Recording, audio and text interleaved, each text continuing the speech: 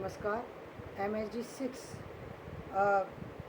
हिंदी नाटक का विकास क्रम, इसमें आज तीसरे भाग में हम वापस से प्रसाद युग के नाटकों के विषय में ही चर्चा करेंगे।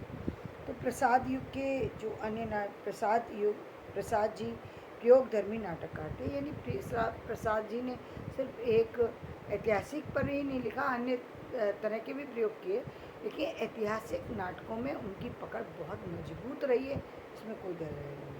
उन्होंने न केवल ऐतिहासिक नाटक लिखे, अब तो कामना नामक नाटक कृति की रचना भी की, जो संस्कृत के प्रबोध चंद्रोदय शैली की एक अन्योपदेशक रचना है।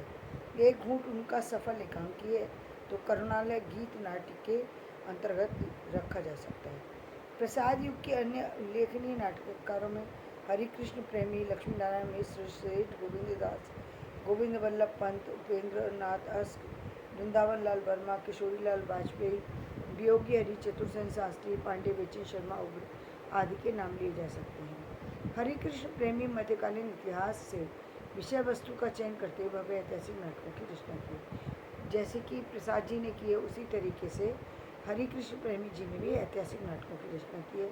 रक्षाबंधन, शिव साधना, प्रतिशोध, स्वप्नभंग, आहुति, विषपान, उद्धार, शपथ, विजय स्तंभ, कीर्ति स्तंभ, संरक्षक, विदा, आन का मान, संवत, प्रवर्तक, अमृतपुत्री, छायाबंधन प्रेमी जी के प्रसिद्ध ऐतिहासिक नाटक। तो ऐतिहासिक नाटक में जहाँ हमने प्रसाद जी का नाम लेते हैं, वहाँ हमें हरिकृष्ण प्रेमी के भी नाटकों को देखना चाहिए। लेकिन हम फिर यदि हम उसकी साहित्यिक शैली पर जाते हैं, तो साहित्यिक शैली में हमें दोनों ही नाटक ठीक है, लेकिन जो डेप्थ हमें प्रसाद जी के नाटकों में मिलती है, वो डेप्थ हमें अन्यत्र प्राप्त नहीं होती।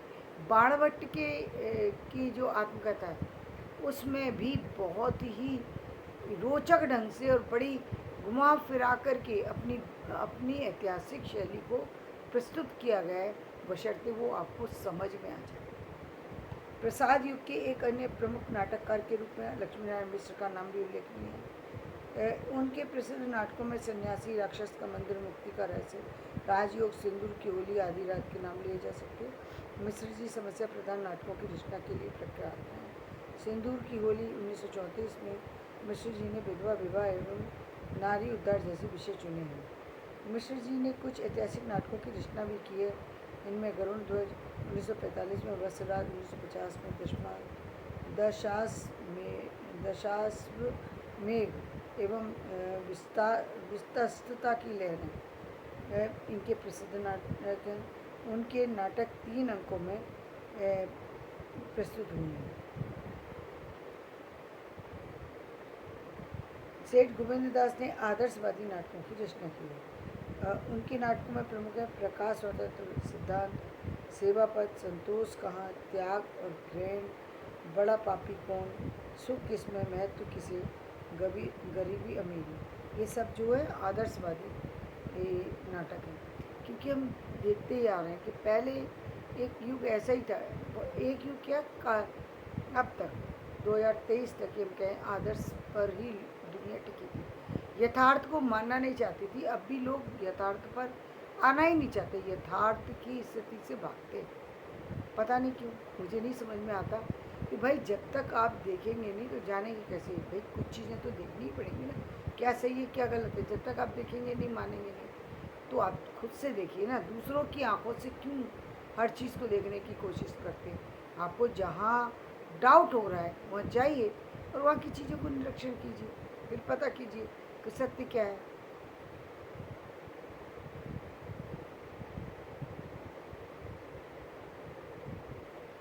तो आदर्शवादी नाटक लिखे, छुआछूत, भ्रष्टाचार, पाखंड, नेताओं की स्वार्थपरता आदि का निरूपण किया। गोविंददास जी ने हर्ष, कुलीनता, शिशिगुप्त, अशोक, शेरशाह, कर्तव्य, कर्ण आदि ऐतिहासिक एवं पौराणिक नाटक की कोटि में आने वाले नाटक भी लिखे। और इसी तरीके से गोविंददास जी ने ये कुछ ऐतिहासिक नाटक भी लिखे, जो कि मैंने अभी बताया। गोविंद वल्लभ पंत एक हैं सेठ गोविंददास, दूसरे हैं गोविंद वल्लभ पंत। इन्होंने राजनीति के साथ साथ एक नाटककार के रूप में ख्याति अर्जित की। अंगूर की बेटी 1935 में, शराबी के ध्रुवों की चर्चा की तथा सिंदूर की बिंदी नाटक में परित्यक्ता नारी की समस्या को चित्रित किया गया। अन्य प्रमुख ऐतिहासिक नाटक राजमुकुट, अंतपुर का छिद्र, उपेंद्रनाथ अस्की के स्वर्ग की झलक, छठा बेटा, अलग अलग रास्ते, अंजू दीदी, अंधी गली, कैद, उड़ान एवं जयपराजय अनेक नाटकों की रचना की है। छठा बेटा 1940 में उनका प्रसिद्ध नाटक है, जिसमें पुत्रों की स्वार्थपरता हास्य व्यंग्यपूर्ण शैली में यथार्थ चित्र अंकित किया गया है।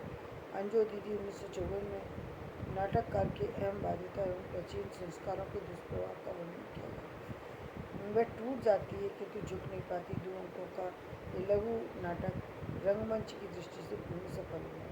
तो धन्यवाद। आज का वीडियो मैं यहीं समाप्त करती हूँ। मेरा वीडियो पसंद है लाइक करें, शेयर करें, सब्सक्राइब करें। और फिर मैं वापस से कहूँगी कि जो ऐतिहासिक नाटक हैं वो हमारे लिए एक बहुत सत्य की एक सच्ची नींव को सामने स्थापित करते हैं और उस युग की किस सारी चीज़ों को स्पष्ट कर देते हैं, किस तरीके से समाज चलता है।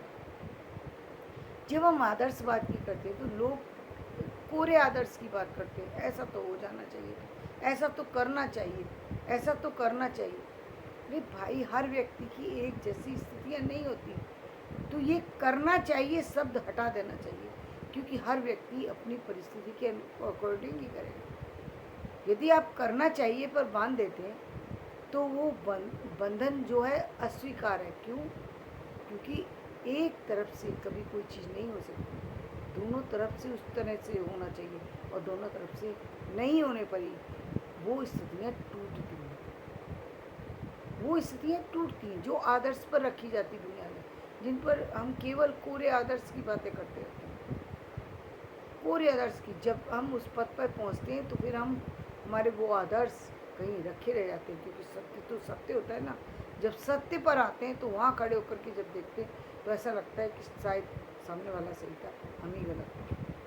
तो अब थोड़ा सा आदर्श से हट कर के चीज़ों की यथार्थ पर भी दृष्टि डालें और एक जीवन की उस शैली को अपनाएं जिसमें कि जीवन की सफलता के साथ साथ जीवन की सच्चाइयाँ छुपी हुई हैं। इससे भारत ने जो प्रोग्रेस की है, वो प्रोग्रेस जहाँ भारत की होगी वहाँ आपकी जो प्रोग्रेस होगी वो बहुत ज़्यादा होगी, क्योंकि ये प्रोग्रेस जो होगी ये सत्य पर आधारित है। इसमें कोई बेबुनियादी बात नहीं हुई, बुनियाद से जुड़ी हुई बात है। धन्यवाद।